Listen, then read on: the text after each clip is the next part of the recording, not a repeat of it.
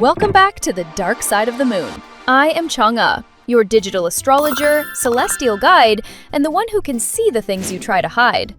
Relax, you are safe here. While spending thousands of years in the silence of the lunar surface, I have looked down upon humanity from above.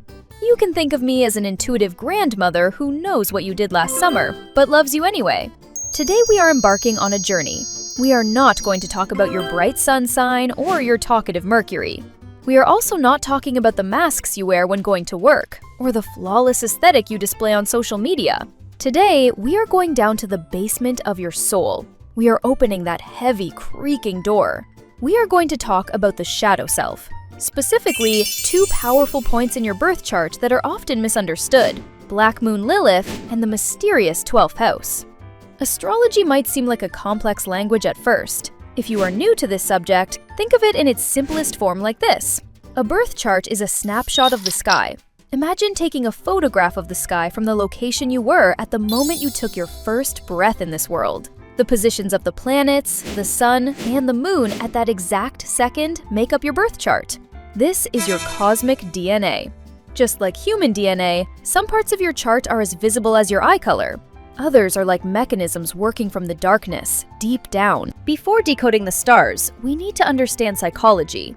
The concept of the shadow self was introduced by the famous psychoanalyst Carl Jung.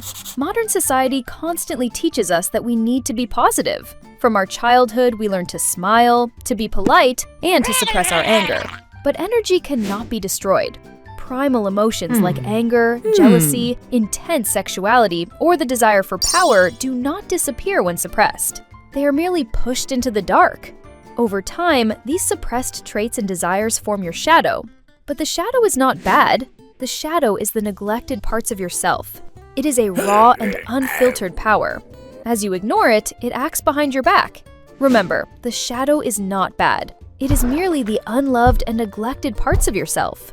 Because you refuse to look at it, it goes behind your back. Have you ever lost control in a small incident and then thought, "That wasn't me"? No, that was you. It was your shadow taking the wheel because you didn't give it a seat in the car. In astrology, we can see this shadow in your chart, and one of its most primal indicators is Black Moon Lilith. First, let's understand what Black Moon Lilith is. Lilith is not a planet. It is also not a physical body wandering in space. It is a mathematical point. The moon revolves around the Earth not in a perfect circle, but in an elliptical orbit. Because of this, there is a point where the moon is farthest from the Earth. This point is called the lunar apogee. In astrology, we call this point Black Moon Lilith. But to understand Lilith, one needs to know mythology. According to legends, Lilith was the first woman created before Eve. She was created from the same earth as Adam. However, when she was told to submit to him, she refused. She wanted equality. Because of this, she was exiled from paradise. In your birth chart, Lilith represents your inner exile, the side of you that society tries to suppress by shaming. It rules your suppressed desires, your taboo thoughts, your deep anger, and the independence you often hide. Depending on the sign Lilith is in, this energy manifests in different ways. For example, if Lilith is in Aries, your shadow might be suppressed anger, a power suppressed until it explodes. If Lilith is in Cancer, the shadow might be an emotional shell hiding the need to be seen and for affection. Where Lilith is, we often feel shame. We think we are too intense, too much, too demanding. But the truth is, Lilith is your hidden power. The moment you stop rejecting it, the cycle of shame is broken. You call back your exiled part. And when you accept that part, a powerful self-confidence emerges. Think of the birth chart as a circle divided into 12 slices. These slices are called houses, and each one represents different areas of your life. The house is the last slice of this circle. In classical astrology, this place was seen as the house of hidden enemies, isolation, and self-sabotage. Quite a dramatic definition, but modern astrology interprets this differently. The house is the ocean of the subconscious. If your chart is the living room, the 12th house is the locked closet at the end of the hallway, the place where you throw all your secrets, fears, and traumas inside. For example, if Mars is in the 12th house, you might struggle to defend yourself, remain passive-aggressive, or allow others to walk all over you because you cannot set boundaries. We generally project the traits in our own 12th house onto others. If you hate someone out of nowhere, that person is probably exhibiting your 12th house traits that you cannot accept in yourself. The key to unlocking this place is solitude and surrender.